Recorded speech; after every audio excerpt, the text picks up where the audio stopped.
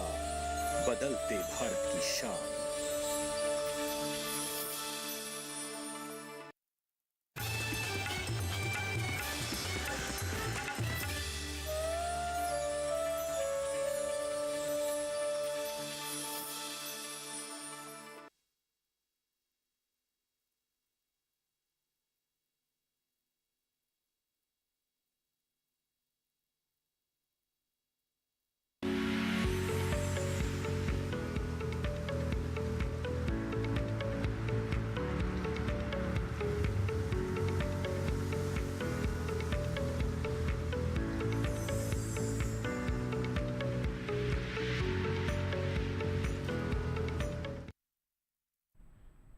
नमस्कार, स्वागत है आपका हेलो किसान में। मैं हूं अंजू सिंह। हेलो किसान एक लाइव फोन इन कार्यक्रम है जिसमें हम कृषि से और साथ ही पशुपालन से संबंधित विभिन्न विषय आप किसानों के लिए लेकर आते हैं। उन पर होती है विस्तृत चर्चा और साथ ही आपकी समस्याओं का भी हम समाधान करते हैं। इसमें हमारी मदद करते हैं विषय विशेषज्ञ। तो आइए सबसे पहले हम नजर डालते हैं हेलो किसान के आज के विषय पर। आज का हमारा पहला विषय है मछली पालन और साथ ही हम बात करेंगे आज बदलते मौसम में पशुओं का किस प्रकार से रखरखाव करें। इन दोनों विषय से जुड़े अगर आपके कोई भी प्रश्न है तो आप हमें ईमेल कर सकते हैं, हमारे टोल फ्री नंबर पर कॉल कर सकते हैं और चाहे तो हमें व्हाट्सएप भी करें। सबसे पहले नंबर नोट कर लें 1800-113060, 1800-113061। ये हमारा टोल फ्री नंबर है, यानी इस पर अगर आप कॉल करते हैं तो आपका कोई शुल्क नहीं लगेगा। ये नंबर बिल्कुल मुफ्त है। इसके साथ ही आप चाहे तो हमें ईमेल भी कर सकते हैं और व्हाट्सएप भी कर सकते हैं। व्हाट्सएप नंबर आप नोट कर लें 8800520717, यानी 8800052017। और अब ईमेल पता भी नोट कर लें hellokisan2015@gmail.com। तो देख सकते हैं hellokisan2015@gmail.com ये हमारा ईमेल आईडी है। और तीनों ही तरीके हमने आपको बता दिए हैं और दोनों गेस्ट हमारे साथ कार्यक्रम में जुड़े रहेंगे, उनसे आपकी मुलाकात करवा देते हैं। हमारे साथ डॉक्टर राजेश कुमार जी हैं जो कि हमारे साथ जुड़ रहे हैं भुवनेश्वर से, और आप प्रधान वैज्ञानिक हैं केंद्रीय मीठा जल जीवन पालन अनुसंधान संस्थान भुवनेश्वर ओडिशा से। सर स्वागत है आपका। आप मछली पालन पर हमें जानकारी देंगे किस प्रकार से हमारे जो मछली पालक हैं या फिर किसान हैं जो कृषि के साथ मछली पालन करना चाहते हैं उन्हें बुनियादी बातों का किस प्रकार से ध्यान रखना है और कैसे इसे और मुनाफेदार बनाया जाए। बहुत बहुत स्वागत है सर आपका। और हमारे दूसरे मेहमान जो कि स्टूडियो में मौजूद हैं उनसे आपकी मुलाकात करवा देते हैं। डॉक्टर RN शर्मा जी हमारे साथ हैं, पूर्व अध्यक्ष कृषि विज्ञान केंद्र शिकोहपुर हरियाणा।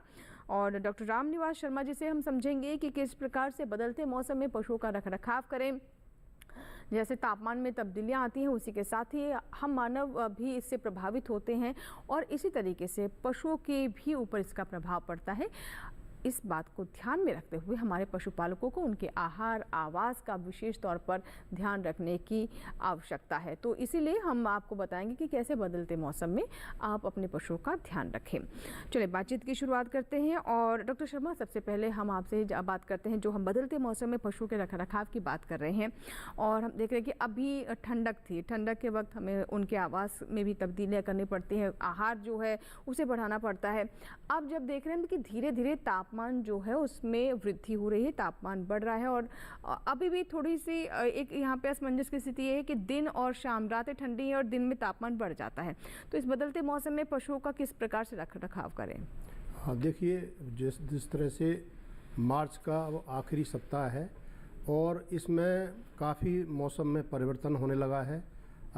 जिस तरह से दिन के अंदर गर्म होती है, लगभग 30 डिग्री के आसपास दिन का तापक्रम है और अगर रात का देखें तो लगभग 15 के आसपास है, तो दुगने का फ़र्क है। तो इस तरह के मौसम में हमें अगर हम थोड़ा सा भी लापरवाही कर दें अपने पशुओं के रखरखाव में तो कई प्रकार की उनको समस्या हो सकती है। जैसे अगर मान लो रात को बाहर आपने पशु बांध दिया तो उसको ठंड लग सकती है, बुखार बन सकता है और दूध उत्पादन कई बार कम हो जाता है। उसी तरह से अगर आपने दिन के अंदर में बहुत देर तक पशु को धूप में रख दिया तो उससे भी पशु को दिक्कत आ जाती है, वो हाँफने लगता है। तो ऐसे मौसम में थोड़ा सा ध्यान रखना चाहिए। तापक्रम के हिसाब से दिन के समय में पशु को आरामदायक छायादार जगह में रखें और अगर रात का ठंडा मौसम है तो रात के 10 बजे के बाद में उसको अंदर शेड में ही रखें, अभी बाहर न रखें। और दूसरा ये है कि जैसे पानी का है, चारे का है, और इस मौसम में विशेष एक सावधानी की ज़रूरत है। बल्कि मेरी तरफ से ये कहना है कि आजकल मुंह पका खुरपका रोग का जो टीका है उसके लिए लगाने का एक बहुत ही उच्च समय है। बिल्कुल, क्योंकि अभी देखिए काफ़ी प्लेजेंट मौसम है, ना तो बहुत गर्मी है ना ही बहुत ठंडक है। और जैसे कि हमें डॉक्टर शर्मा बता रहे हैं कि रातें ठंडी हो रही हैं, शाम के वक्त तापमान गिर जाता है, सुबह भी ठंडक रहती है। तो अभी किसानों को ध्यान ये देना है कि पूरी तरीके से गर्मियों में जैसे आप पशुओं को ठंडे पानी से नहलाते हैं, ठंडा पानी देते हैं, बाहर उन्हें बांधते हैं, अभी थोड़ा उसमें इंतज़ार करने की आवश्यकता है, क्योंकि तापमान में काफ़ी उतार चढ़ाव रहता है दिन के वक्त और रात के वक्त, उससे पशुओं के स्वास्थ्य पर प्रभाव पड़ सकता है। तो किस तरीके से आपको इसका ख्याल रखना है, इसके बारे में कुछ बातें भी डॉक्टर शर्मा ने बताई हैं। आगे और विस्तार से हम इस पर चर्चा करेंगे, और साथ ही आपके कॉल्स, ईमेल्स और व्हाट्सएप सवालों का हमें इंतजार रहेगा। और आगे आपको रिपोर्ट दिखाए उससे पहले हम अपने दर्शकों से यहाँ पर निवेदन करना चाहेंगे कि जब भी आप हमें कॉल करें तो कुछ बुनियादी बातों का ध्यान रखें। मसलन आप नेटवर्क क्षेत्र से ही फ़ोन करें। जब आप हम तक अपना सवाल पहुँचाएँ उस वक्त टेलीविज़न को म्यूट कर दें। सवाल सुनने के लिए वापस से आवाज़ कर सकते हैं। कम शब्दों में ज़्यादा बात कहने का प्रयास करें। इसी तरीके से व्हाट्सएप करते हुए भी अपने क्षेत्र का नाम, अपना नाम ज़रूर मेंशन करें। आइए अब सबसे पहले हम पहली रिपोर्ट देख लेते हैं जो बदलते मौसम में पशुओं की रखरखाव और स्वास्थ्य पर ध्यान रखने से जुड़ी हुई है। आइए डालते हैं इस रिपोर्ट पर नजर।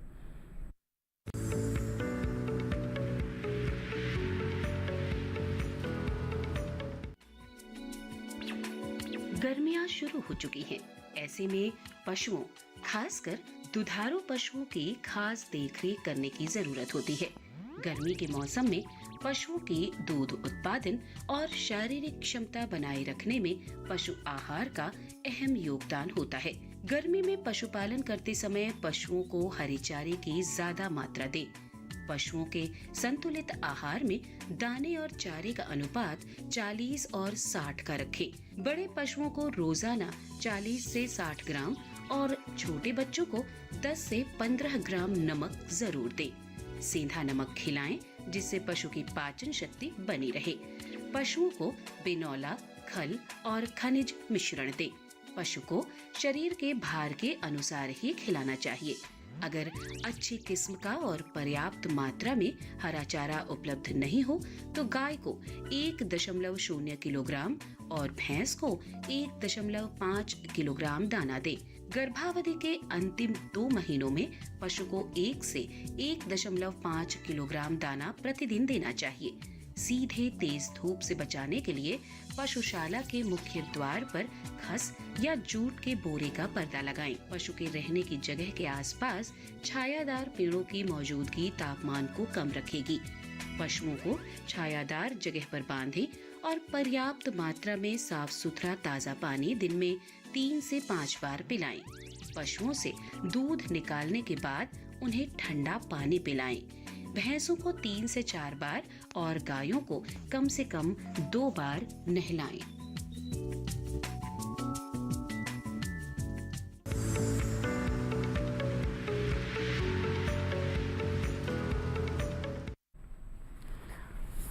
तो अभी आपने रिपोर्ट देखी कि बदलते मौसम के साथ, यानी अब जो हम गर्मियों की तरफ रुख कर रहे हैं, सर्दियों से गर्मियों में दाखिल हो रहे हैं, इसी के साथ ही पशुओं का ध्यान रखना भी बहुत ही आवश्यक है। अगर आप इसमें चूक जाते हैं तो पशुओं की वृद्धि दर में कमी आ सकती है, उनकी उत्पादकता घट सकती है और ये आर्थिक नुकसान की एक वजह बन सकती है। तो ऐसा ना हो, इसलिए हमारा कार्यक्रम पूरा देखें और अपने सवाल भी हम तक पहुँचाएँ। और आज का जो हमारा दूसरा विषय है यानी मछली पालन, उस पर बात करते हैं और इस पर डॉक्टर राजेश जी के पास चलते हैं। डॉक्टर राजेश, मुझे सुन पा रहे हैं आप? जी डॉक्टर राजेश, जैसा कि हम मछली पालन की बात करें तो इससे पहले हम सोचते थे कि ये समुद्र में ही होता है या फिर तालाबों और नदियों में, और लेकिन अब तस्वीर पूरी तरह से बदल गई है। जो किसान खेतों में फसलें उगा रहे हैं वही साथ साथ मछलियाँ भी उगा रहे हैं। मछली पालन को इस तरीके से भी कहा जाता है कि मछलियों की भी खेती कर रहे हैं। तो कैसे इसका पूरा स्वरूप बदला है और हमारे देश की अर्थव्यवस्था और किसानों की आय के लिए कितनी महत्वपूर्ण है ये? हमारा मछली अभी उद्योग में क्या हुआ है कि अभी जहाँ पर जैसे बहुत सारे पहले खेती फार्मर्स के पास अगर तालाब है तभी वो पालन कर सकते थे, बड़े बड़े तालाब है। अभी ये क्या कि कुछ तकनीक जैसे बायोफ्लॉक में मछली पालन, जो क्या है छोटे छोटे टैंक मछली पालन हम आसानी से कर सकते हैं नीचे पानी में। फिर हो गया एक है रिसर्कुलेटरी एक्वाकल्चर सिस्टम, पानी एक तरह से डॉक्टर राजेश, आपकी आवाज़ ठीक से हम तक नहीं पहुंच पा रही है, कुछ समस्या है, आपकी आवाज़ नहीं ठीक से हो रही है। हम इसे ठीक करते हैं और फिर हम एक बार फिर से आपके पास आएंगे, लेकिन उससे पहले हम दर्शकों को दिखाते हैं मछली पालन पर जो हमने रिपोर्ट तैयार की है, मछली पालन से जुड़ी तमाम जानकारियों को समेटे हुए। आइए नज़र डालते हैं उस रिपोर्ट पर।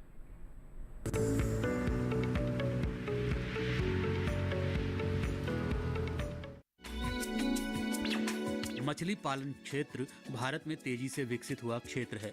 मछली पालन क्षेत्र को आय और रोजगार उत्पन्न करने वाले एक शक्तिशाली क्षेत्र के रूप में मान्यता मिली हुई है। ये व्यवसाय कई सहायक उद्योगों के विकास को प्रोत्साहित करता है। साथ ही ये देश की आर्थिक रूप से पिछड़ी आबादी के एक बड़े वर्ग के लिए आजीविका का साधन भी है। मछली पालन के लिए कुछ जरूरी बातों का पता होना चाहिए। अगस्त और सितंबर का महीना मछली पालन के लिए सबसे अनुकूल समय माना जाता है। अच्छी गुणवत्ता के बीजों का उपयोग करके किसान मछली पालन की तैयारी कर सकते हैं। सबसे पहले तालाब को पूरी तरह से साफ करके तैयार करें और इसके बाद मछली पालन के लिए अच्छी गुणवत्ता के बीज इस्तेमाल करें। अगर किसान बाहर से बीज खरीद रहे हैं तो इस बात का ध्यान रखें कि तालाब में कम से कम 1 फिंगर लिंज साइज का ही बीज डालें। मछली पालन के लिए रोहू, सिल्वर और ग्रास, भाकुर आदि मछलियों का पालन किया जा सकता है। तालाब में मछली बीज डालने के 25 दिन बाद फसल तैयार हो जाती है। तालाब में पूरे वर्ष कम से कम 1.5 मीटर पानी का स्तर बनाकर रखें। बारिश के मौसम में तालाब पर बाढ़ का प्रभाव न पड़े, इसका ध्यान रखें। तालाब में पानी का रंग गहरा हरा होने पर रासायनिक खाद का उपयोग बंद कर दें। पानी का रंग गहरा भूरा और गंदला होने पर गोबर की खाद का उपयोग बंद कर दें। जैसे तालाब के पानी का रंग सामान्य हो जाए तो उर्वरकों का उपयोग फिर से शुरू कर सकते हैं। पहली बरसात में तालाब में पानी आने पर कभी कभी मछलियां तालाब की तली में सड़ती गलती खाद और वनस्पतियों के कारण ऑक्सीजन के अभाव में ऊपर आकर परेशान सी टहलने लगती हैं और व्यवस्था न होने पर मर भी जाती हैं। ऐसे में बुझे हुए चूने का छिड़काव करें।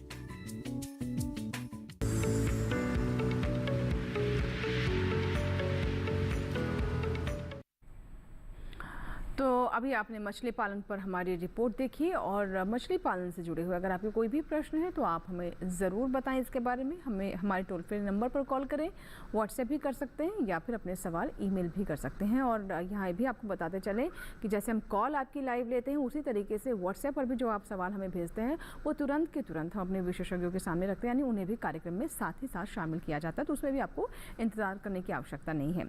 अब चलिए हम बदलते मौसम पर बात कर लेते हैं। सर, जो हमारा आज का एक और विषय है बदलते मौसम में पशुओं का रखरखाव, तो शुरुआत करते हैं हम आवास के साथ ही, क्योंकि हम गर्मियों में कोशिश करते हैं कि हवादार हो, वेंटिलेशन अच्छी हो, और सर्दियों में हम थोड़ा ढक कर रखते हैं। तो आवास से शुरुआत करते हैं, किस तरह का आवास रखना चाहिए, कौन कौन सी तब्दीलियाँ अब सर्दियों से गर्मियों के मौसम में करने की आवश्यकता है किसानों को? हाँ, देखिए अभी तो चूँकि मौसम थोड़ा ठंडा है और पशु हमारे अंदर पशुशाला के अंदर ही रहते हैं, तो इसमें ध्यान रखें कि उसको अब ज़्यादा बंद करने की ज़रूरत नहीं है, क्योंकि तापक्रम इतना कम नहीं है जिससे बहुत ज़्यादा ठंडा जगह है, तो खिड़की दरवाजे उसमें आप खोल सकते हैं। लेकिन एक बात का ज़रूर ध्यान रखें कि जब पशुओं को सुबह बाहर निकाल दें तो पशुशाला की अच्छी तरह से सफाई ज़रूर करें, क्योंकि पूरी रात भर जब पशु अंदर रहते हैं तो गोबर पेशाब वहाँ पर इकट्ठा हो जाता है। तो अगर मान लो सफाई अच्छी तरह से करेंगे, उसकी अच्छी तरह से उसको हटाकर और उसको धोएं पानी से, और हफ्ते में एक बार कम से कम फिनाइल के पानी से ज़रूर धोएं, ताकि किसी भी तरह के जो कीटाणु हैं वो उसमें ना पन पाएँ। और जैसे जैसे अब गर्मी आएगी तो ये छत का बहुत उसमें एक अहम रोल होता है। तो अगर टीन की लोहे की छत कई बार हमारे किसान भाई बना देते हैं, तो ये वैसे गर्मी के मौसम के हिसाब से तो बहुत कष्टदायक रहती है, लेकिन अगर फिर भी वो इस तरह की छत बना रखी है तो उस पर कुछ ज्वार बाजरा या सरकंडे के पूले रख दें, ताकि जो पशु घर है अंदर से वो उसका तापक्रम ज़्यादा नहीं बढ़े। और वैसे जब भी घर बनाएं तो हमेशा एस्बेस्टस की चादर का ही झोंपड़ी नुमा जो है छत बनाएं, तो ऐसी जो छत होती है वो पशु के घर के लिए और ठीक रहती है, और उसमें पशु आराम में भी रहते हैं। तो ये तो मतलब घर की बात है। और पशु के लिए अंदर की जगह के साथ साथ खुला बाड़ा भी उनके लिए बहुत होना ज़रूरी है, ताकि पशु आराम से उसमें घूम सकें। और एक बात का ध्यान रखें कि जो पशु घर है उसका जो फर्श है वो पशु सैद्धांतिक रूप से 12 घंटे पक्के फर्श में रखें और 12 घंटे कच्चे फर्श में रखें। तो जो बाहर का जो बाड़ा है उसको कच्चा रखें और अंदर का बाड़ा जो है उसको पक्का रखना चाहिए, ताकि जब भी दूध निकालते हैं तो उस समय जो गंदगी न रहे उसको अच्छी तरह हम साफ़ भी कर सकते हैं। और जब दिन के अंदर जब हम बाहर रखते हैं तो वो कच्चे में रहता है, तो उसमें पशु बड़े आराम से रहता है, किसी तरह की उसमें शरीर में हानि भी नहीं होती। और जैसे अयन होता है, कई बार पक्के फर्श पर बांधने से उसमें कई बार दबाव आ जाता है, थनैला रोग होने की उसमें संभावना बनी रहती है। तो पशु आवास के अंदर ये चीज़ें रखना बहुत ही आवश्यक है। जी जी बिल्कुल। तो कुछ बातें भी आपने बताई हैं और आगे हम आहार पर भी बात करेंगे। स्वास्थ्य कैसे बेहतर है, गर्मियों में कौन कौन सी बीमारियां हो सकती हैं जिसको लेकर हमें सजग रहने की आवश्यकता है, इस पर भी हम चर्चा करेंगे। और साथ ही मछली पालन पर हम अपने मेहमान हमारे साथ जो जुड़े हुए हैं डिजिटल प्लेटफॉर्म पर डॉक्टर राजेश, उनका रुख करेंगे। लेकिन आप अपने सवालों के साथ तैयार रहें, हमें टोल फ्री नंबर पर कॉल करें, व्हाट्सएप करें या फिर ईमेल भी कर सकते हैं। फिलहाल एक छोटी सी ब्रेक लिए हम रुक रहे हैं, लेकिन आप कहीं मत जाइएगा, बने रहें हेलो किसान के साथ।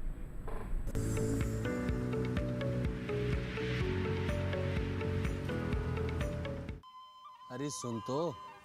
मुझे क्या सुनाना चाहते हो? जो सुनाओ मेरी सौतन को। किसको? अरे वही तुम्हारा मोबाइल फोन जिससे सुबह शाम दिन रात चिपके रहते थे और कहते थे किसान कॉल सेंटर से बातें हो रही हैं। अच्छा ये बात है। हाँ क्यों, क्या हुआ? अब बात नहीं होती क्या? अब तो झट से बात हो जाती है। ऐसा क्या? हाँ, अब तो ज्यादा लाइनें और खास तकनीक के कारण खेती के माहिरों से तुरंत बात हो जाती है। और अगर कभी लाइन व्यस्त हो तो अपनी समस्या फोन पर रिकॉर्ड करा दो, वहाँ से फोन आ जाता है और समस्या की हल का मैसेज भी आ जाता है। ये देखो आ गया। अरे वाह, इसका मतलब इंतजार की घड़ी अब खत्म। हाँ। तभी मैं सोचूं कि आजकल मुझ पर इतना प्यार क्यों आ रहा है। कृषि संबंधी समस्याओं का अपनी भाषा में तुरंत हल पाने के लिए पूरे भारत में किसी भी फोन से हेल्पलाइन नंबर पर संपर्क करें। किसानों का दोस्त किसान कॉल सेंटर।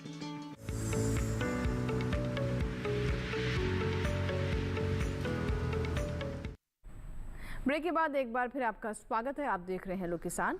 अगर आप अभी हमारे कार्यक्रम के साथ जुड़ रहे हैं तो आज के विषय आपके लिए एक बार फिर से हम दोहरा देते हैं। आज हम बात करें मछली पालन की और साथ ही बदलते मौसम में पशु का रखरखाव किस प्रकार करें, इस पर भी हम चर्चा कर रहे हैं। और एक हमारे साथ दर्शक जुड़ चुके हैं, आइए उनसे हम बात करते हैं। हेलो सुभाष जी हमारे साथ। हेलो जी सुभाष जी, मुझे सुन पा रहे हैं? हेलो हेलो सुभाष जी, क्या अब तक मेरी आवाज़ पहुंच पा रही है? हेलो हेलो सुभाष जी गंगानगर राजस्थान से हमारे साथ फोन लाइन पर जुड़े हुए हैं, शायद उन तक हमारी आवाज़ नहीं पहुंच पा रही या फिर उनकी हम तक नहीं आ रही है। सुभाष जी, अगर आप हमें टेलीविज़न से सुन रहे हैं तो आप फिर से हमारा नंबर लगाएं, अवश्य हम आपके सवाल को कार्यक्रम में शामिल करेंगे। और हमारे साथ डॉक्टर राजेश जुड़ चुके हैं जो हमारे साथ डिजिटल प्लेटफॉर्म पर हैं। डॉक्टर राजेश, मुझे सुन पा रहे हैं आप? Hello doctor Rajesh ji. जी सर, हम मछली पालन के महत्व के बारे में बात कर रहे थे, तो सर आपकी बात हम तक ठीक से नहीं पहुंच पाई थी, कुछ व्यवधान आ रहा था। हम चाहेंगे कि हमारे दर्शकों को एक बार फिर से बताएं कि क्या है महत्व मछली पालन का। आज के दिन में मछली पालन एक उद्योग का रूप ले चुका है। और जो जैसे आपने बात कर रहे थे कि अभी पहले मछली समुद्र में मिलते थे और नदियों में पाई जाती थी, वैसे नहीं अभी हमारे छोटे छोटे तालाबों में जैसे तकनीकी से मछली पालन चल रहा है। और अभी जो हमारा बहुत सारे जो नई तकनीकियां आई हैं जो हमारे संस्थान के द्वारा और हमारे भारत सरकार के अन्य संस्थान के द्वारा, इसमें एक है राज सिस्टम, जिसमें बहुत अधिक घनत्व में मछली पालन कर सकते हैं और उसमें काफी ज्यादा मछली का उत्पादन भी होता है। दूसरा तकनीक एक है जिसमें लोग जिनके पास तालाब नहीं है वो छोटे तालाब में छोटे जगह में तो बायोफ्लॉक सिस्टम होते हैं, तो अभी बहुत तो गाँव में भी लोग शुरू कर दिए हैं मछली पालन। ठीक है सर, हम एक कॉल ले लेते हैं। नंदस्वरूप मिश्रा जी हैं हमारे साथ उत्तर प्रदेश बाराबंकी से फोन लाइन पर, आइए उनका हम सवाल लेते हैं। नंदस्वरूप जी, स्वागत है हेलो किसान में, बताइए क्या प्रश्न है? हेलो, नमस्कार नंद स्वरूप जी, सवाल बताएं। हाँ, मैं जानना ये चाहता हूँ कि मछली जल की रानी है, जल ही उसका जीवन है, लगाओ डर जाती है, बाहर निकालो मर जाती है।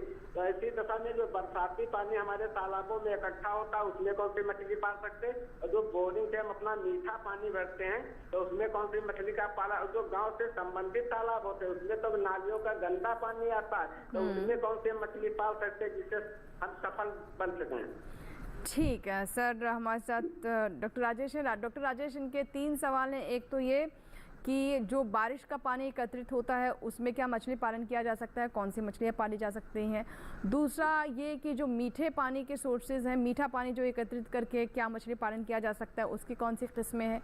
और तीसरा जो गांव के झोड़ हैं, तालाब हैं जिनमें उतना साफ पानी नहीं, गंदगी भी कई बार जाती है जैसा उनका कहना है, तो क्या इनमें अलग अलग तरह की मछली पालन किया जा सकता है? जी, सभी जो हम बात कर रहे हैं इनके सभी तरह के मछलियों का भी उपलब्धता है। जैसे वो जो बारिश का पानी है, मीठा जल का उसमें है, हमारा जो भारतीय प्रमुख कार्प है जिसमें कतला, रोहू, खीरा रहता है, उसका हम कंपोजिट कल्चर, पॉलीकल्चर में आराम से कर सकते हैं। और जो उसका जो सीड है अभी करीब करीब सभी राज्य में डॉक्टर राजेश, अभी भी आपकी आवाज़ हम तक ठीक से नहीं पहुंच पा रही है, तो हम फिर से आप से संपर्क करेंगे और जो हमारे दर्शक हैं नंद किशोर मिश्रा, उनके जो सवाल हैं उनका हम जवाब लेंगे। और तब तक एक हमारे पास व्हाट्सएप सवाल आया है और ये अंकुर सहाय जी का है आजमगढ़ से। सर, ये जानना चाहते हैं कि गर्मियों में पशुओं में अफारा की समस्या हो जाती है, तो ऐसे में क्या किया जाए और ये क्यों होती है, ना हो इसके लिए क्या करना चाहिए? हाँ, देखिए, जो अफारा है तकरीबन गाय, भैंस, भेड़, बकरी में बहुत ज़्यादा होता है। और इसका जो मुख्य कारण ये है कि कभी कभी हमारे इन पशुओं के पेट के अंदर कीड़े हो जाते हैं। उन कीड़ों की वजह से मतलब जो पेट फूलने लगता है पशुओं का, वही समस्या है ये? हाँ। तो जब वो पेट में कीड़े हो जाते हैं तो उससे अपच हो जाती है और पेट के अंदर गैस बन जाती है और उसका पेट फूल जाता है। और कई बार तो इतना पेट दोनों तरफ फूलता है और उसको अगर हाथ से बजाते हैं तो ढोलक जैसा लगता है जो है। अच्छा। और पशु बहुत ही असहाय महसूस करता है, उसको बेचैनी होती है। और अगर कई बार तो देखा गया है कि अगर उसका बहुत ज़्यादा अगर अफारा हो जाता है, इलाज नहीं मिलता, तो कई बार उसकी मृत्यु होने की भी संभावना रहती है। ये मृत्यु तक जा सकती है? हाँ, बिल्कुल, बहुत खतरनाक है। तो मैं इसके लिए ना हो तो सबसे महत्वपूर्ण ये है कि अपने पशुओं को साल में 3 बार कम से कम पशु चिकित्सक की सलाह से पेट के कीड़ों की दवाई दें। दूसरा, कौन सी दवा दे सकते हैं सर इसके लिए? इसमें तारपीन का तेल, सरसों का तेल मिलाकर अगर दे देते हैं, ये तकरीबन मेडिकल स्टोर पर मिल जाता है। तो 50 ml तारपीन का तेल और आधा किलो सरसों का तेल अगर मिला के पशु को दे देते हैं तो काफ़ी राहत हो जाती है। घर में जैसे हींग होती है, काला नमक होता है, तो इसका देने से भी कुछ आराम मिलता है। परंतु अगर स्थिति कंट्रोल में नहीं होती तो तुरंत ही पशु चिकित्सक की इसमें सलाह लेनी चाहिए। दूसरा ये है कि पशु को कभी भी गीला हरा चारा ना खिलाएं और जो उसकी जहाँ पे चारा डाला जाता पशु की जो नाद होती है उसको रोज़ साफ़ करते रहें। कई बार वहाँ पर जो है वो चारे पे चारा डालता रहता किसान और वहाँ किनारों पे जो है अंदर कई बार वो सड़ जाता है, उसमें फंगस और इन्फेक्शन हो जाता है। ऐसे चारा दाना खाने से भी पशु के गैस बन जाती है। और कई बार अगर किसान लगातार हरा चारा ही खिलाता है या लगातार घास ही खिलाता है हरी, तो वो भी एक अफारा बनने का कारण होता है। तो किसान को चाहिए कि हरे चारे के साथ साथ वो सूखा चारा भी पशु को जरूर दे। जी बिल्कुल। सर, हमारे साथ एक बार फिर से डॉक्टर राजेश जुड़ चुके हैं। डॉक्टर राजेश, क्या आपको मेरी आवाज़ पहुंच रही है ठीक से अब? डॉक्टर राजेश, मुझे सुन पा रहे हैं? जी क्या मुझे सुन पा रहे हैं? हाँ जी सर, हम आपको सुन पा रहे हैं। और जो हमारे दर्शक का सवाल था नंद स्वरूप मिश्रा, वो हमारा जवाब रह गया था। जी उसी में हम बात कर रहे थे कि जो मीठे जल है और जो बरसात का पानी जो तालाब में या छोटे छोटे जगह में जमा हो जाते हैं, उसमें हमारा भारतीय प्रमुख कार्प है जिसमें कतला, रोहू और मृगल आती है। ये सभी जगह इसका जो बीज है उपलब्ध है वो अभी आज के दिन में कहीं पर भी किसी गांव में इसका उपलब्धता है और उनको आराम से कल्चर कर सकते हैं उसका काम। ठीक है सर, एक कॉलर है, पहले उनका हम सवाल ले लेते हैं। सुभाष शर्मा जी राजस्थान से, इन्होंने हमें कॉल किया है। सुभाष जी स्वागत है हेलो किसान में, बताइए क्या प्रश्न है आपका। हेलो हेलो नमस्ते मैम। नमस्कार सुभाष जी, सवाल बताएं। आप जयपुर राजस्थान से बात कर रहे हैं जी? जी बताइए। मैं नए से मछली पालन का कार्य करना चाहता हूँ। मछली पालन करना चाहते हैं आप? जी मैम। ठीक है, तो क्या जानना चाहते हैं इसमें आप? इसमें मैम मेरे पास नहर का पानी नहीं है, ट्यूबवेल का पानी है। अच्छा, नहर बोरिंग का पानी है आपके पास? हाँ, बोरिंग का पानी। ठीक है, डॉक्टर राजेश क्या बताना चाहेंगे? जी, बोरिंग का पानी में भी कर सकते हैं। उनको केवल देखना है कि जो नजदीकी जो उनके राज्य के जो डिस्ट्रिक्ट ऑफिसर है वहाँ पर पानी का परीक्षण का जो रहता है, उनके पास छोटे छोटे लैब, तो वहाँ पर जाकर वो पानी का परीक्षण करा दे ताकि उनसे पता चल जाएगा कि वो क्या पानी का जो मानक है उसमें आता है, तो आराम से कर सकते हैं। हमारे यहाँ करीब करीब गाँव के क्षेत्र में सभी बोरवेल पानी से मछली पालन चल रहा है। नदियों का पानी सभी जगह उपलब्ध नहीं है, तो उसका कोई चिंता नहीं करना है, केवल उनको पानी देकर परीक्षण कराना और वो उनको बता देंगे कि ये पानी उपयुक्त है या नहीं। जी ठीक है। और अब हम बात कर लेते हैं पशुपालन पर। सर, जैसे कि हमने आवाज़ पर अभी चर्चा की और एक आहार से जुड़ा हुआ प्रश्न आप ही किया था, लेकिन और जैसे आपने बताया कि हरा चारा दें लेकिन गीला ना दें, तो गर्मियों के मौसम में और चारा या दाना को लेकर क्या क्या करना चाहिए हमारे पशुपालन? देखिए, जिस तरह से अब मार्च का महीना अपने ख़त्म की ओर है, तो अब धीरे धीरे जो हरा चारा था, जैसे बरसीम थी या जई थी या रिजगा, ये चारे अप्रैल तक बिल्कुल ये ख़त्म भी हो जाएंगे। हाँ, ख़त्म हो जाएंगे। और कुछ समय ऐसा आता है कि जब पशु को हरा चारा नहीं मिल पाता, तो उसी के लिए अभी से तैयारी करें। आपके पास, किसान के पास जो भी खेत अगर उपलब्ध है, तो अभी से उसमें हरे चारे लगा दें। और हरे चारे में बाजरी लगा सकते हैं इसमें, और कई तरह की ज्वार हैं, चरी लगा सकते हैं, मकचरी लगा सकते हैं, मक्का लगा सकते हैं, लोबिया लगा सकते हैं। तो इन चारों की अगर बुवाई अब कर देंगे तो ये अप्रैल के बाद में मई जून जुलाई तक इनका हरा चारा पशुओं को उपलब्ध होगा।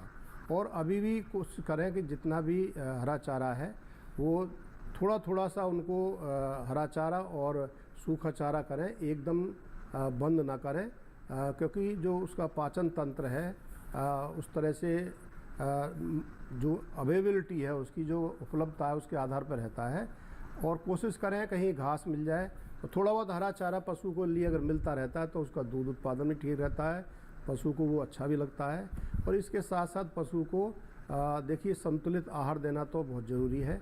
अगर दूध पशु दे रहा है तो उसके लिए जो दाना है वो दूध की मात्रा का 1/3 दाना उसको दें, और 1 किलो दाना उसके शरीर के लिए देना आवश्यक होता है। उसी तरह से जो सूखा चारा है उसमें ज़्यादातर हमारे किसान भाई गेहूं के भूसे का इस्तेमाल करते हैं, तो वो भूसा भी दें। और गर्मी के दिनों में कोशिश करें, अगर ज़्यादा गर्मी है तो उसको थोड़ा भिगो भी सकते हैं 1-2 घंटे के लिए, तो वो मुलायम हो जाता है।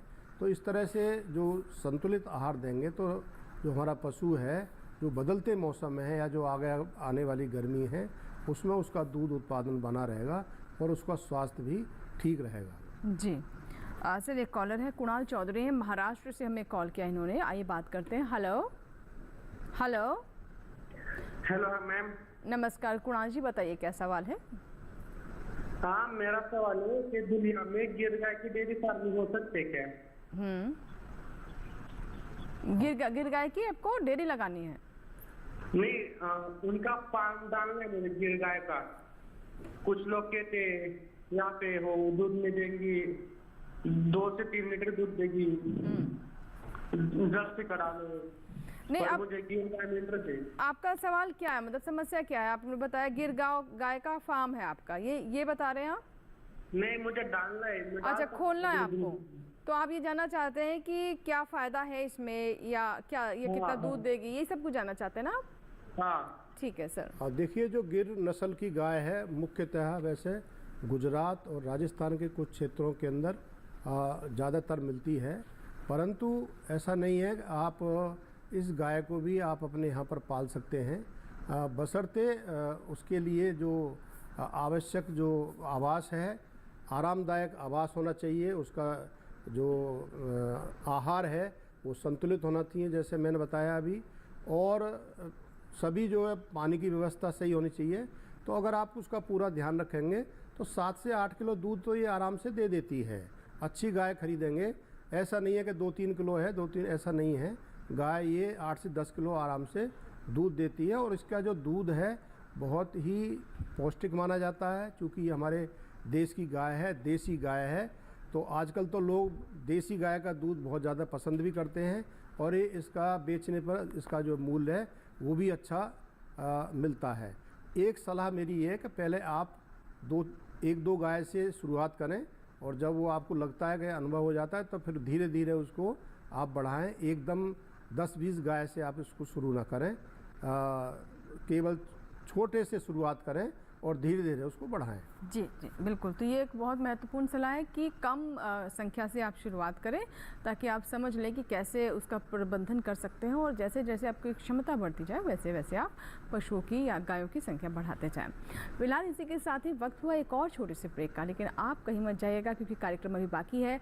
हम सवाल ले रहे हैं मछली पालन पर, और साथ ही बदलते मौसम में कैसे करें पशुओं का रखरखाव। आप अपने प्रश्नों के साथ तैयार रहें, हमें ईमेल करें, व्हाट्सएप करें, या फिर टोल फ्री नंबर पर कॉल भी कर सकते हैं। छोटा सा ब्रेक।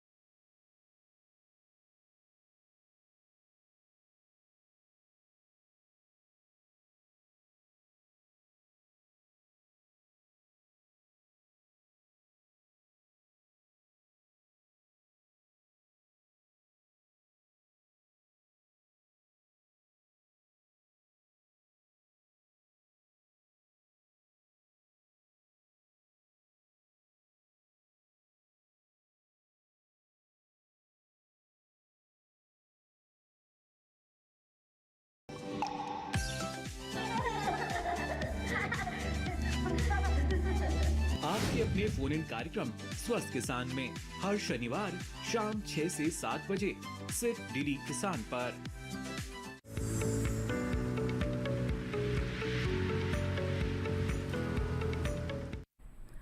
ब्रेक के बाद एक बार फिर आपका स्वागत है। आप देख रहे हैं हेलो किसान। आज हम बात कर रहे हैं मछली पालन की, और साथ ही बदलते मौसम में पशुओं का कैसे करें उचित रखरखाव।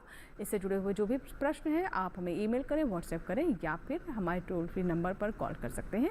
और इस बीच एक हमारे पास व्हाट्सएप सवाल आया है, आइए उस सवाल को हम शामिल कर लेते हैं। और हमारे दर्शक हैं ये स्वप्निल हैं सर, जिन्होंने महाराष्ट्र से हमें ये सवाल भेजा है, गर्मी के दिनों में पशुओं की देखभाल कैसे करें। हालांकि आज का पूरा विषय ही हमारा यही है, लेकिन क्योंकि ये जानना चाहते हैं तो हम मुख्य बातें इन्हें एक बार फिर से बता देते हैं जो हम अभी तक कार्यक्रम में बता चुके हैं दर्शकों को। जी हाँ, देखिए बहुत अच्छा सवाल है, क्योंकि जब गर्मी का महीना होता है तो उस समय 2 चीज़ शुरुआत होती है। एक तो तापक्रम बढ़ता है, जिससे कि हीट स्ट्रेस, हीट का गर्मी का प्रभाव हमारे पशुओं पर पड़ता है। दूसरा, गर्मी के दिनों में हरे चारे की कमी हो जाती है। उतना मई जून के महीने में देखा गया है कि उतना हरा चारा पशु को नहीं मिल पाता। ये तो दोनों ही जो कारक हैं वो पशु के दूध की क्षमता को प्रभावित करते हैं। तो देखिए ये गाय भैंस हमारे एक पालतू पशु की श्रेणी में आते हैं, तो आप जितना इनका ख्याल करेंगे, इनको गर्मी से, बरसात से और विपरीत मौसम से बचाएंगे, उतना ही ये आपके लिए लाभदायक होगा। तो गर्मी के दिनों में विशेष रूप से ध्यान रखें कि एक तो इनको हमेशा दिन में 2-3 बार ताज़ा पानी इनको मिलना चाहिए। अगर पानी इसको 1-2 बार मान लो आपने नहीं दिया तो एकदम शरीर में इसका प्रभाव पड़ता है और उसका दूध उत्पादन कम होता है। दूसरा, ज़्यादा गर्मी है तो दिन में 1 बार तो कम से कम उसको सुबह ज़रूर नहलाएं और शाम को भी नहलाएं। और गर्मी के हिसाब से पूरे दिन जो है, ये जैसा अभी गर्मी रहती है तो छाया के अंदर रखें। और ये देखा गया है कि दोपहर के समय विशेष रूप से पशु ऐसी अंधेरे जगह में रखना चाहिए। उसका जो धूप है या गर्मी का प्रभाव उसको नहीं लगना चाहिए। और जो अंदर शेड है वो हवादार होना चाहिए। और उसमें आजकल तो जो पशु की कीमत बहुत ज़्यादा होती है, तो हम चाहते हैं कि वो ऐसे पशु को कूलर का प्रबंध कर दें या पंखे का इंतज़ाम करें, मतलब वो आरामदायक स्थिति के अंदर उसको रखना चाहिए। और कोशिश करें जितना भी हरा चारा आप दे सकते हैं अभी से उसकी बुवाई कर दें, ताकि मई जून के महीने में और जुलाई के महीने में उनको पूरी तरह से हरा चारा मिल जाए। सर एक हमारे पास व्हाट्सएप सवाल और आया हुआ है और ये पशुपालन से जुड़ा हुआ है, तो मैं ये भी ले लेती हूँ। तरुण है हमारे दर्शक राजस्थान से, और ये कह रहे हैं कि मेरी एक गाय अभी पहली बार ब्याई है, तो उसका दूध बढ़ाने के लिए क्या करें और दूध में फैट की मात्रा को बढ़ाने के लिए क्या किया जाए? हाँ देखिए, जब पहली बार पशु का एक तो प्रसव होता है तो प्राकृतिक रूप से उसका दूध उत्पादन तो कम होता है। जैसे जैसे ब्यात उसका बढ़ता जाएगा तो तीसरे चौथे ब्यात पर जाकर उसका अधिकतम उत्पादन मिलता है। परंतु फिर भी आप दूध उसकी क्षमता के हिसाब से बना रहे, उसके लिए ज़रूरी है कि उसको संतुलित दाना ज़रूर दें। और दाने में भी एक बात का ख्याल रखें कि खाली ऐसा नहीं है कि आपने गेहूं का दलिया खिला दिया या खाली खल दे दी, तो ऐसा नहीं होना चाहिए। दाने के अंदर 5 चीज़ें होना बहुत ज़रूरी है।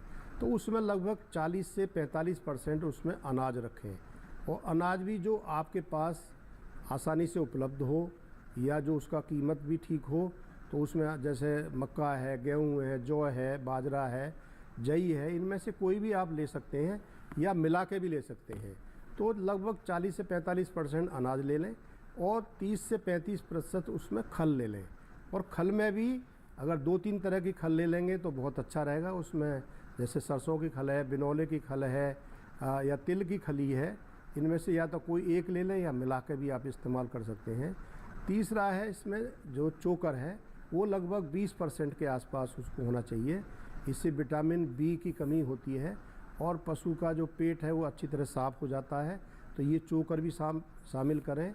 और जो चौथी चीज़ है वो है खनिज मिश्रण। ये दाने के अंदर 2% ज़रूर मिलाएं।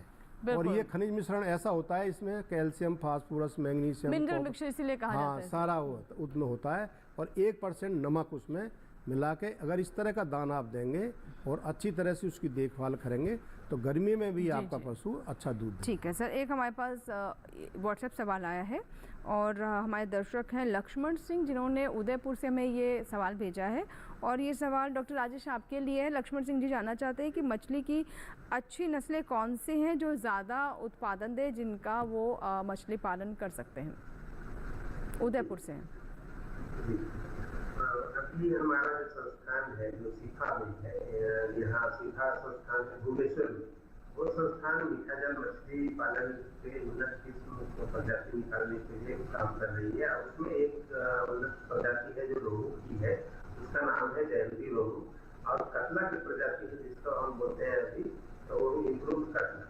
तो ये दोनों मछलियाँ अभी जो हमारे जो सामान्य जो रोहू और कतला मछली है उससे करीब करीब आपको 50% ज़्यादा अधिक उनका वृद्धि दर है।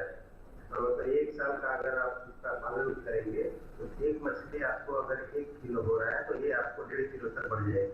और ये कोई इसमें कृत्रिम तरीका नहीं है, ये नेचुरल है, सामान्य मछली है, लेकिन हम उसको जेनेटिकली इम्प्रूव किया है यहाँ पर उन्नत किस्म बना के। तो ये मछली आप आराम से पालन कर सकते हैं।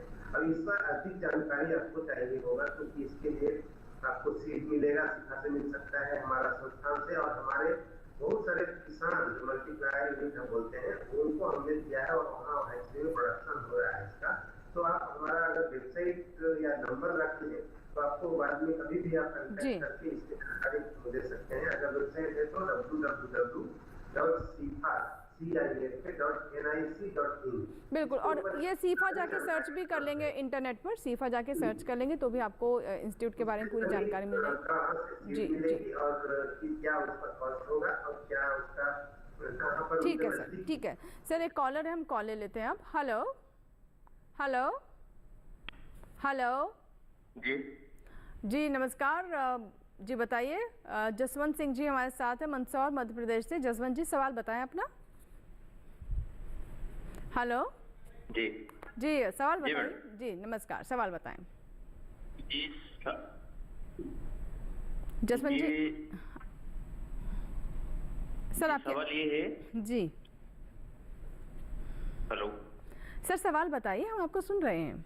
जी, सवाल ये है कि अभी 3-4 दिनों से जो मतलब गायें दूध दे रही थी ना 6-7 लीटर जी, तो वो उसमें दूध अभी 2 लीटर के समथिंग, 1 या 2 लीटर के समथिंग कम पड़ गया उसमें। तो, दूध कम हो गया, ठीक है। पशु हाँ जी, ठीक है और वो दलिया वगैरह जो भी देते हैं ना वो रेगुलर वही है। तो मतलब आहार में कोई बदलाव नहीं किया गया, लेकिन नहीं, दूध कम हो गया।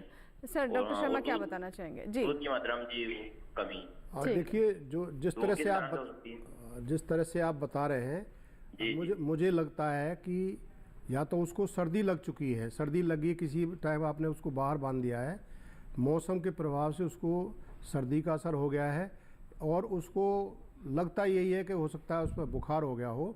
तो अगर बुखार हो जाता है तो उसमें दूध उत्पादन एकदम कम हो जाता है। तो मेरी तो आपसे सलाह ये है कि आप डॉक्टर से उसकी जांच करवाएं, उसका तापक्रम शरीर का अगर जांच करेंगे तो उससे पता लग जाएगा कि अगर उसको बुखार है तो उसी हिसाब से दवाई देंगे और दूध पे दोबारा आपके जो गाय या भैंस है वो आ जाएगी। जी जी, तो मतलब ये हो सकता है कि जो पशु है उसको बुखार हो गया और तबीयत ठीक ना हो। हाँ जी, ठीक है सर। अब एक और हमारे पास सवाल आया है, ये हमारे दर्शक है महेंद्र सिंह ढाका, जिन्होंने राजस्थान झुंझुनू से हमें ये सवाल भेजा है। ये कह रहे हैं कि भैंस को ब्याए हुए 3 महीने हो गए हैं, लेकिन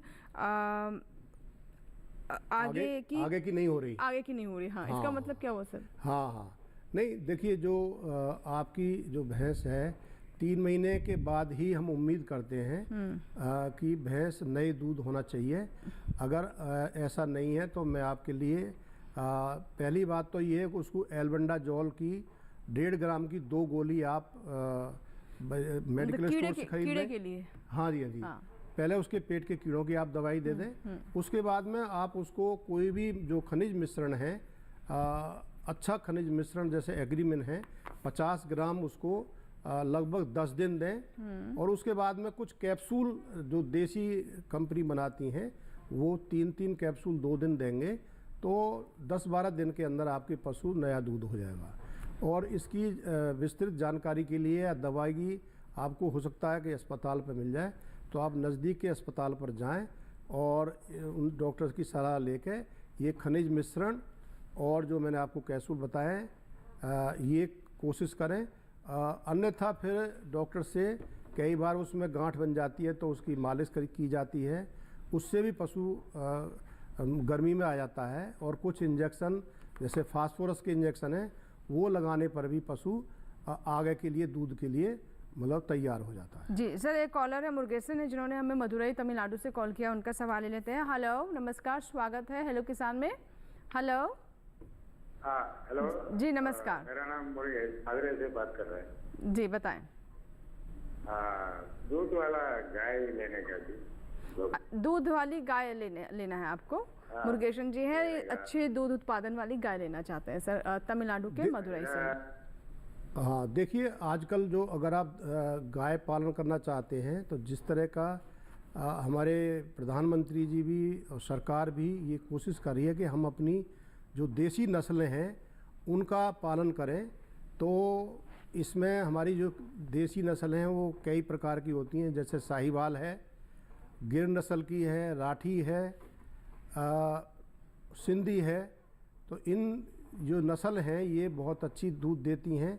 और जिस तरह से मदुरई बता रहे हैं तो वहाँ थोड़ा गर्मी भी ज़्यादा पड़ती है जी, तापमान भी अब और भी बढ़ जाएगा। हाँ, तो ऐसी स्थिति में ये जो गाय है गर्मी को सहन करने की इनमें क्षमता होती है। तो मैं आपको कहूँगा कि आप साहिवाल रख लें या गिर नस्ल की गाय रखें। तो आपके जो क्षेत्र के अंदर ये गाय अगर आप इनका अच्छी तरह से रख रखाव करेंगे तो निश्चित रूप से आपके लिए लाभदायक होंगी। ठीक है, आप हमारे साथ डॉक्टर राजेश जुड़े हुए हैं, एक बार उनके पास चलते हैं। सर मुझे सुन पा रहे हैं आप? हेलो जी, आप सुन पा रहे हैं? हाँ जी, बिल्कुल। सर, मछली पालन से जुड़े कई सवाल आ रहे हैं, तो जानना चाहेंगे आपसे कि जब कोई मछली पालक इसकी शुरुआत करना चाहता है, मान लीजिए किसान है, तो कौन कौन सी नई तकनीकें हैं जो मछली पालन के क्षेत्र से जुड़ी हुई हैं जिसका इस्तेमाल कर सकते हैं अभी? जी, अभी हमारे संस्थान के द्वारा बहुत सारी नई तकनीकियां विकसित की गई है, जिसमें मैं आपको बता दूं कि जैसे नई मछली अभी हमारे लिए हमारा जो मछली है वो काफी हमारे साउथ में स्पेशली तेलंगाना, आंध्रा, तमिलनाडु इसमें बहुत ही प्रचलित है और इसका दाम प्राइस होता है 1 किलो मछली का 500-600 रुपया है। और इस मछली का खासियत क्या है कि बीच में ही केवल एक कांटी है और उसके बाद उसके मांस में कांटा नहीं है, तो ये चिकन जैसा इसका स्वरूप है और मछली को आराम से खाया जा सकता है। और इसका कल्चर तकनीक अभी पूरा उपलब्ध है और हमारे वेबसाइट में जाकर भी इससे आपको अगर कोई चाहे जानकारी तो ले सकते हैं। और सीड जो उपलब्धता है, इसको हैदराबाद के पास हमारे बहुत सारे फार्मर्स है, किसान भाई जो इसका सीड उत्पादन कर रहे हैं। और नई प्रजाति जो है हमारे मछली का, जैसे एक पापड़ा मछली है, पापड़ा करके जो वेस्ट बंगाल हमेशा जो पश्चिम बंगाल तरफ काफी फेमस है और उसका भी बहुत ही इसका जो प्राइस है उस तरफ बहुत ज्यादा है, 700-800 रुपया होता है। तो ये सब नई मछलियाँ, फिर एक तिलपिया प्रजाति की मछलियाँ आई हैं जो सस्ती मछलियाँ हैं और सभी जगह लोग पालन कर सकते हैं। फिर हमारी नई प्रजाति की मछलियाँ हैं जो इसको हम बोलते हैं फंगेसियस है, तो फंगेसियस अभी ज्यादा इसको हम नॉर्थ में जो लोग इसको सस्ती आती है और कांटे कम होती है तो इसको खाना पसंद करते हैं। जी जी, ठीक है सर। प्रधानमंत्री जो मत्स्य संपदा योजना जो हमारा गवर्नमेंट कर रही है, भारत सरकार, ठीक है सर, किसानों को काफी लाभ मिला है और नई तकनीकियां वो जो उपलब्ध है उसका लाभ उठा रहे हैं। जी जी, ठीक है सर। अभी हमें ब्रेक लेना होगा और दर्शकों से ही कहेंगे कि हम अब कार्यक्रम के अंतिम पड़ाव में पहुंच रहे हैं। आप अपने सवाल तैयार रखें, बात होगी आपसे छोटे से ब्रेक के बाद।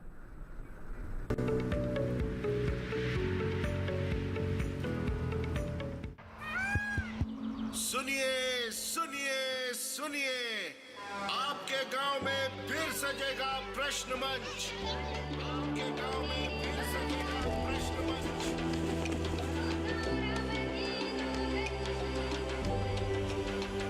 मिट्टी, मौसम, बीज, फसल, किसान को मिलेगी यहाँ हर सरकारी स्कीम की जानकारी। जो करके आएगा पूरी तैयारी, प्रश्न का उत्तर देकर बनेगा इनामधारी। मंच है तैयार, प्रश्न है तैयार और आप? मैं भी हूँ तैयार। मैं हूँ तैयार। हाँ, मैं भी हूँ तैयार। मैं भी तैयार हूँ।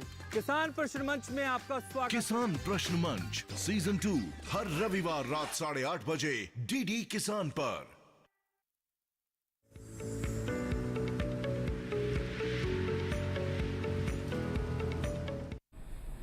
ब्रेक के बाद एक बार फिर आपका स्वागत है। आप देख रहे हैं लोग किसान, और इस बीच एक सवाल हमारे पास आया है। हमारे साथ दर्शक हैं फोन लाइन पर, राम निवास जी हैं हरियाणा से। आइए उनका हम सवाल ले लेते हैं। हेलो हेलो, नमस्कार मैडम। नमस्कार राम निवास जी, बताइए क्या सवाल है?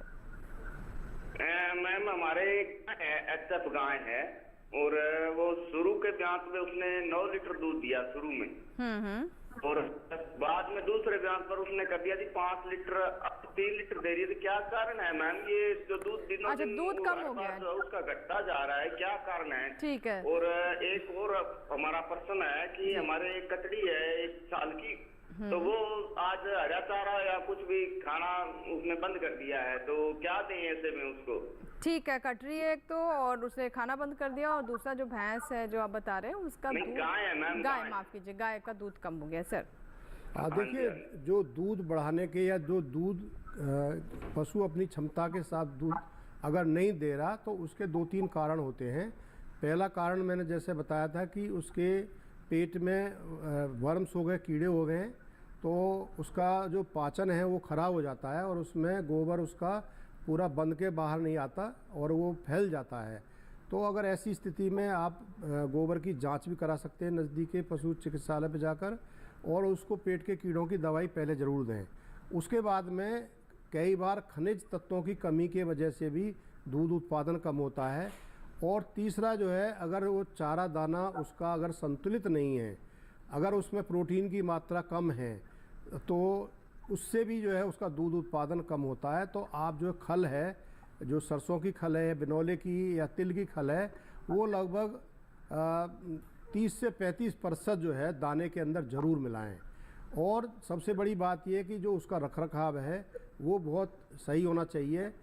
जैसे इस तरह से आजकल मौसम बदल रहा है, तो रात को अगर सर्दी है तो उसको अंदर रखें, और दिन के अंदर जैसे गर्मी पड़ती है तो उसको छाया में रखें, साफ़ पानी पिलाएं। और कुछ दवाइयाँ इसमें, जैसे कैल्शियम की अगर कमी होती है तो उसमें कैल्शियम की बोतल डॉक्टर से आप पर्ची बनवा लें, और वो 200 ml 5 दिन तक प्रतिदिन उसको दें, तो निश्चित रूप से उसका दूध जो है वो बढ़ जाएगा। और खनिज मिश्रण जो है उसको लगातार आप उसको दाने में मिलाकर देते रहें। जी जी, और जो कटिया की बात की है, अगर वो एकदम पशु कोई चारा खाना बंद कर देता है तो निश्चित रूप से उसको बुखार हो चुका है, और आप उसकी जांच करवाएं। अगर बुखार मिलता है तो उसके हिसाब से ही उसको इंजेक्शन लगाएंगे और वो आपका कटिया वो ठीक हो जाएगी। जी अच्छा सर, अब जैसे हम बीमारियों की भी बात कर रहे थे, तो इस सीज़न में किस किस तरह की बीमारियां हो सकती है? क्योंकि देखिए तापमान भी बदल रहा है, कभी ठंड है कभी गर्म, अभी पूरी तरीके से नहीं, और जब गर्मियां जाती तो हीट वेव्स चलती हैं, तो ऐसे में हमारे किसानों को, पशुपालकों को पशु के स्वास्थ्य का कैसे ध्यान रखना चाहिए? देखिए, जो बीमारी की बात है, एक तो 2 तरह की बीमारियाँ जो हमारी संक्रामक होती हैं। एक तो मुँह पका खुरपका, तो ये कभी भी हो जाता है, और जैसे मैंने बताया था आजकल लगभग सभी प्रदेशों के अंदर इस बीमारी के खिलाफ टीकाकरण किया जा रहा है। तो एक तो इसमें मेरा अनुरोध ये है कि जब भी पशु चिकित्सक आपके घर पर टीका लगाने आए तो उनको कृपया मना ना करें। और वो उससे कई बार किसानों को ये लगता है कि भाई इससे दूध कम हो जाएगा, वो 1-2 बार दूध थोड़ा बहुत कम हो सकता है तो चारा दाना थोड़ा सा उस दिन ज़्यादा दे दे, तो ये टीका ज़रूर लगवाएं, क्योंकि इस टीके से आपका पशु मुँह खुर की बीमारी से सुरक्षित हो जाएगा। और अगर ये बीमारी आ जाती है तो बहुत बड़ा नुकसान होता है। दूसरा गलघोंटू का होता है, वो बरसात के दिनों में ज़्यादा होता है, परंतु टीकाकरण का भी ये अच्छा समय है इसमें भी। और आजकल तो एक वैक्सीन ऐसी आ चुकी है जिसमें एक ही टीके में दोनों बीमारियों का जो टीकाकरण हो जाता है। दूसरा ये है कि मौसम के हिसाब से पशु को, जैसे मान लो अगर सर्दी लग गई है तो कई बार जुकाम हो जाता है, कई बार खांसी हो जाती है, और जो छोटे बच्चे हैं उसमें कई बार निमोनिया की भी शिकायत हो जाती है। तो पहली बात तो उनको सुरक्षित जगह पर रखना चाहिए, और अगर इस तरह की कोई समस्या आती है तो शुरुआत में ही पशु चिकित्सक को दिखाकर उसका इलाज ज़रूर कराना चाहिए, क्योंकि जितना जल्दी आप जांच करा के इलाज करा लेंगे तो उससे काफ़ी हद तक नुकसान से बच सकते हैं। जी जी बिल्कुल। और चलिए डॉक्टर राजेश जी के पास चलते हैं। सर, कार्यक्रम को समाप्त करने का समय हो रहा है, अंत में आपसे चाहेंगे फाइनल कमेंट्स क्या हमारे दर्शकों को देना चाहेंगे मछली पालन से जुड़े हुए? जी, आज के दिन में मछली पालन में काफी संभावनाएं हैं और हमारे भारत सरकार काफी इसमें अनुदान दे रही है। आज के दिन में हमारा करीब 1,60,000 मीट्रिक टन मछली का उत्पादन हो रहा है और करीब 1 लाख करोड़ का भी मिल रहा है। तो ये संभावना है और प्रति वर्ष करीब 8 से 10% की वृद्धि दर से बढ़ रही है, जो कि कृषि में सबसे ज्यादा है। और इसमें तो हमारा जो युवा बढ़ चढ़ कर भाग ले रहे हैं, जिसमें इनकम हो रहा है प्रति जो और में वो दूसरे फसलों से ज्यादा है और ये कैश क्रॉप है। तो इसमें संभावना बहुत ज्यादा है, इन्वेस्टमेंट काफी आ रहा है गवर्नमेंट की तरफ से, प्राइवेट की तरफ से। तो जी, बहुत बहुत शुक्रिया सर हमसे बात करने के लिए और दर्शकों को इतनी महत्वपूर्ण जानकारी देने के लिए बहुत बहुत धन्यवाद। और अब doctor R N Sharma sir, क्योंकि आपसे भी अब वही सवाल मेरा कि हमारे दर्शकों को और क्या जानकारी देना चाहेंगे? मौसम भी बदल रहा है, धीरे धीरे गर्मी और शबाब पर होगी, क्या कुछ खास बातें जो हमारे दर्शकों को बताना चाहिए? देखिए, मेरी आप सुझाव है कि ये पशुपालन हमारे किसान भाइयों के लिए, पशुपालकों के लिए एक बहुत अच्छा व्यवसाय है। आप जो भी पशु रखें, गाय रखें या भैंस रखें, एक तो अच्छी नस्ल का पशु रखें आप, क्योंकि काम उतना ही करना पड़ता है जो एक अच्छी नस्ल है या उससे थोड़ा सा कम दूध देने वाली नस्ल है, तो उसका अच्छी नस्ल का पशु रखें। पशु घर वैज्ञानिक रूप से बनाएं, उसकी जो दिशा है पूर्व पश्चिम दिशा में रखें, आरामदायक पशु को जगह में रखें, गर्मी सर्दी से उसको बचाएं और उसको स्वच्छ पानी, ताज़ा पानी हमेशा देना चाहिए। और उसके जो आहार है जो उसको पसंद आता है, और उसमें 3 प्रमुखता मैंने बताया, सूखा चारा, हरा चारा और दाना, वो तीनों उसको संतुलित मात्रा में आप खिलाएं और उनका अच्छी तरह से देखभाल करें, अच्छी तरह से नहलाएं धुलाएं। तो ये ध्यान रखेंगे तो साफ सफाई का भी पशुओं में पूरा ध्यान रखें। बहुत बहुत धन्यवाद सर, आपने बहुत महत्वपूर्ण जानकारी दी हमारे दर्शकों को, और हमें पूरी आशा है कि हमारे पशुपालक इन सभी बातों का अवश्य ध्यान रखेंगे। अगर वो मछली पालन करना चाहते हो तो आज के कार्यक्रम में जानकारियाँ मिली हैं उससे ज़रूर उन्हें लाभ होगा, और इसी तरीके से बदलते मौसम के साथ पशुओं का कैसे रख रखाव करें। और इसी के साथ ही आज के हेलो किसान में फिलहाल इतना ही, लेकिन अगले अंक का विषय क्या होगा आइए डालते हैं उस पर नजर। अगले अंक का हमारा विषय है मोटे अनाज की खेती, और साथ ही हम बात करेंगे प्राकृतिक खेती पर भी। मोटे अनाज की खेती और प्राकृतिक खेती अगले हेलो किसान का हमारा विषय है। अगर आपके कोई भी सवाल है तो आप हमें ईमेल कर सकते हैं। हमारा ईमेल आईडी नोट कर लें, hellokisan2015@gmail.com, hellokisan2015@gmail.com ये हमारा ईमेल आईडी है। हमारा टोल फ्री नंबर नोट कर लें 1800-113-060। सुबह सोमवार शनिवार सुबह 6 बजे से रात 10 बजे के दरमियान आप कॉल कर सकते हैं। सोमवार से शनिवार ये लाइन आपके लिए चालू रहेगी।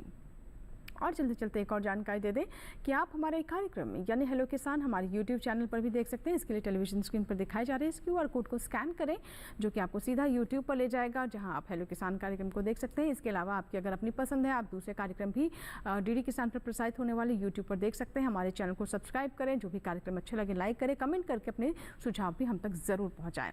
फिलहाल इसी के साथ ही यहाँ लेंगे आपसे इजाज़त। बने रहें दूरदर्शन किसान के साथ। नमस्कार।